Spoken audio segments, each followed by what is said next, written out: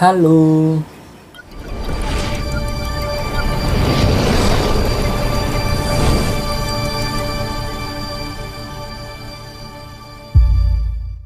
Hai. Nah, di video kali ini merupakan video yang ke-6. Nah, di sini aku bakal membahas tentang topik dan kerangka karangan. Jadi langsung aja. Topik. Apa itu topik? Nah, topik secara etimologis kata topik ini berasal dari bahasa Yunani yang artinya tempat. Nah, itu artinya topik ini merupakan sesuatu yang telah ditentukan dan juga dibatasi. Nah, topik ini artinya juga merupakan suatu pokok permasalahan ataupun pokok pembicaraan.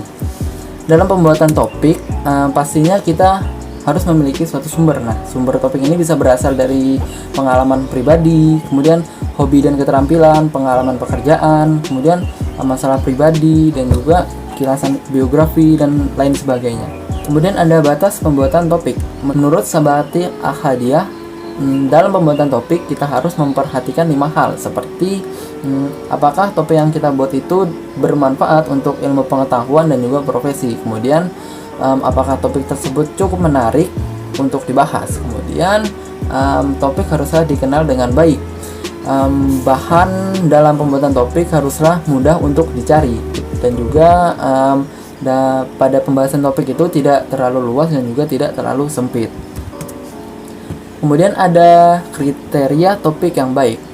Untuk kriteria topik yang baik ini ada 5. Yang pertama itu ada topik harus sesuai dengan latar belakang pengetahuan penulisnya. Kemudian yang kedua ada topik harus sesuai dengan minat penulisnya. Yang ketiga ada topik haruslah menarik minat pembaca. Yang keempat ada topik harus ditunjang dengan referensi lain.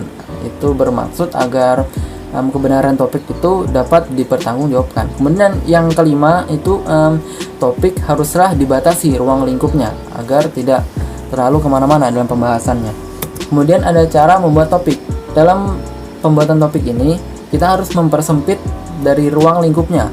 Nah, caranya itu bisa seperti kita membahasnya berdasarkan tempat itu seperti pada negara tertentu. Kemudian ada berdasarkan waktu seperti periode pada zaman berapa, nah, seperti itu.